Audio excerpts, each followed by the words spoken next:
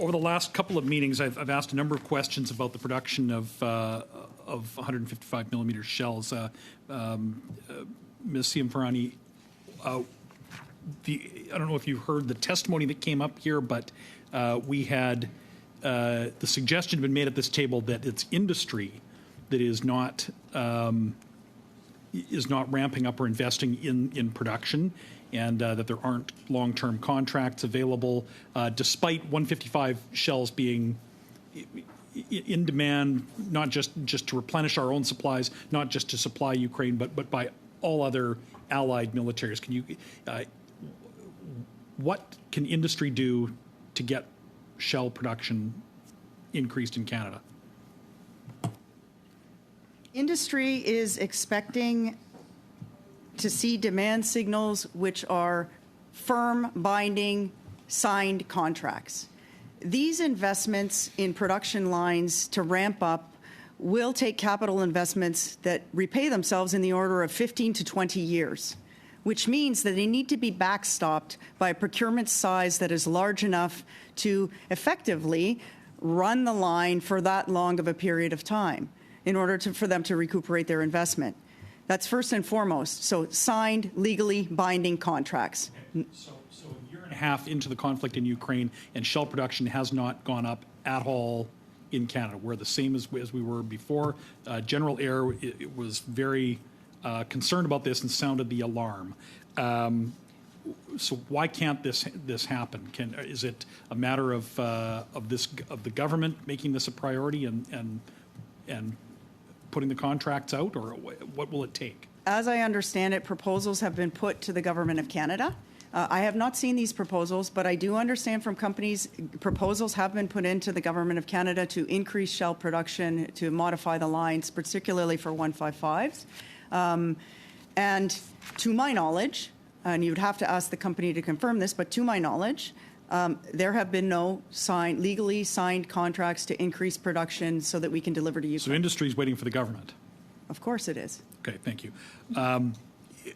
On the, you had said that the exclusion of Canada from AUKUS is a symptom of the failure of Canada to take its national defense and its procurement as well seriously. Can you elaborate on that? Well, it's an example of how Canada doesn't seem to be, I think, reading the tea leaves correctly. We went into AUKUS, as I understand it, expecting, or in the words of the Prime Minister, that this is a submarine deal, not understanding that allies speak through defense cooperation agreements, so that this is more than just a purchase of submarines. There is a whole technology stream going on behind this, where the three nations will collaborate, the Brits, the UK, and the US will collaborate to produce emerging technologies much beyond a submarine deal. And share intelligence amongst themselves without Canada being a part of it. Well, we're not at the table. Right. You said that eliminating bottlenecks is part of the key to fixing procurement. Can you identify some of those bottlenecks? Well, first and foremost, we need to, before I go into hypothetical bottlenecks, we would need to map the system. Right now, there exists no mapping of the procurement system in the public domain anyway, which means that we cannot identify where there are bottlenecks, misalignments, or perhaps duplications to make determinations on how we would change that process. So industry doesn't know how to best go about putting together a bid or a proposal because they don't even understand. Well, no, we understand in general how the system works, yeah. But if you actually want to do the hard work of eliminating steps which make this overall process highly complicated, you would have to take, for example, you would have to be able to have exposure to, I don't know, the 250-some steps that the Department of National Defense goes through to get a project from project conception, requirements analysis, options analysis, and then through to actual procurement. We have no visibility into those things, so we can't conjecture as to how the system might be repaired or not. Okay, and this is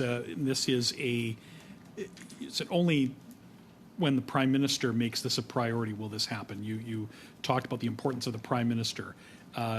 Is it the weight of the Prime Minister's office is just not behind?